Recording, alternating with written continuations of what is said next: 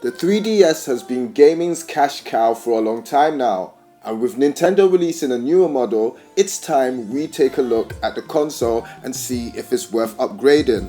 Now, if you're yet to jump on the 3DS bandwagon, it might be time to finally take a ride. Let's go.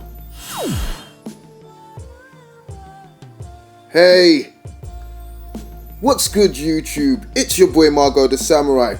And I thought before we get to the review, we'd start with an unboxing since they're so popular and you guys have never unboxed things yourselves. Let's go! Now, seeing as I opted for the European new 3DS console, the actual packaging seems to be the same as the Japanese. So it means it's a little bit more colourful, upbeat and quirky, which is actually more cool and a little bit refreshing and very different from the James Cameron-esque Terminator 2 style American packaging. And once you open the box, you will find all that great stuff you usually get from Nintendo, like your receipts, your manuals, and those groovy AR cards that you use once and never use again. And behold, people, there you have it, the new Nintendo 3DS. Well, not exactly so new at this time of recording, but yes, people, you know what I mean. And it is quite a nice looking piece of kit. Now, I know there's been a big fuss about those Super Famicom buttons, and yes, people, they are amazing. They definitely look and feel a lot more better and responsive than those old 3DS buttons. Boo! Old 3DS, boo! And the actual control stick and D-pad does feel slightly improved, has more of a glossy finish in comparison to the, slight plasticky vibe of the older version. The home button's also been improved with an actual button rather than a, flush flat panel.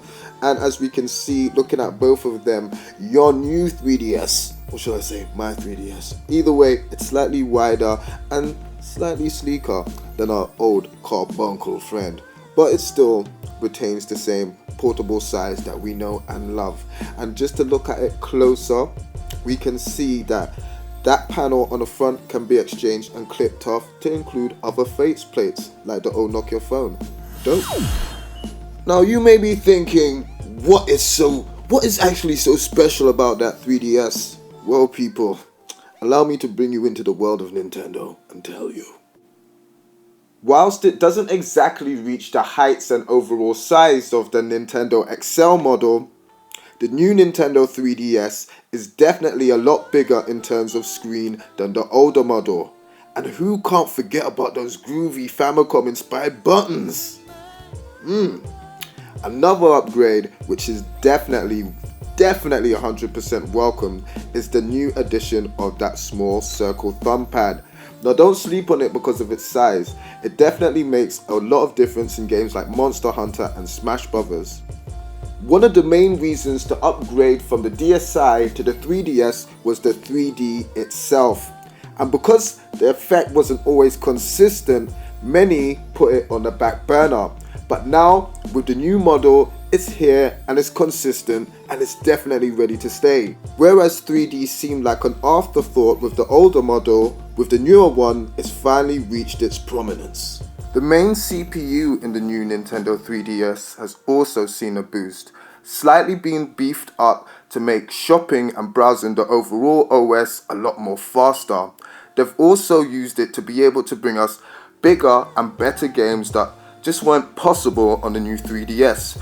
Games like Xenoblade Chronicles, that was previously an exclusive on the Wii, will be now heading directly into your hands. Well, they should be in your hands already because it's out now. But anyway, bigger games, faster downloads, much better. And of course, you can use your amiibos, which will give me a use for all of this stuff. Mega Man. Now, if you are yet to own any form of Nintendo 3DS portable system, the new Nintendo 3DS is definitely for you. It is digital dope. But if you already own a 3DS or an XL or even a 2DS, this might be a slightly more difficult conundrum for you to deal with, especially as Nintendo have already started to demonstrate what I like to call the Cool Club.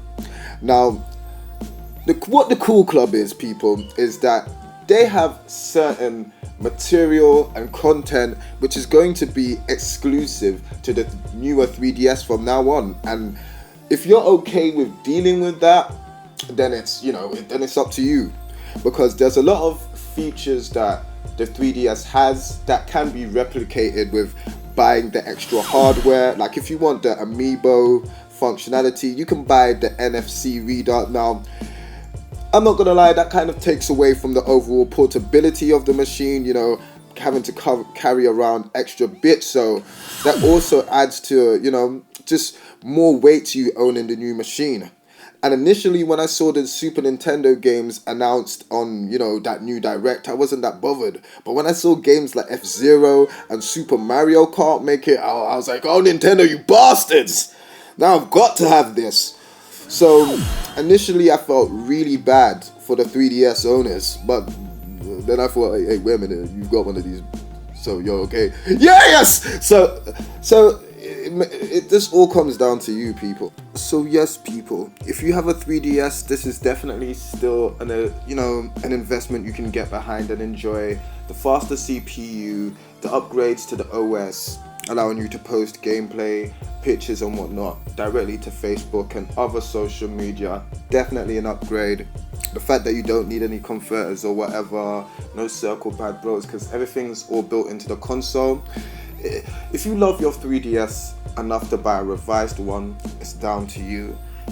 I really couldn't be mad at you. I've done the same thing. And if you are yet to jump into the 3DS family, this is definitely the ticket to get you on board. So yes, people, let me know what you think of the review. Let me know what you think of the 3DS and the new 3DS, and make sure you share this with anyone that is yet to just come into the family and they're on the fence and they're scared of that dog, of that portable dog that's in that barnyard. You people understand what I'm saying. Anyway, holla at your boy, all that great stuff. I'm gonna get at you later. Peace.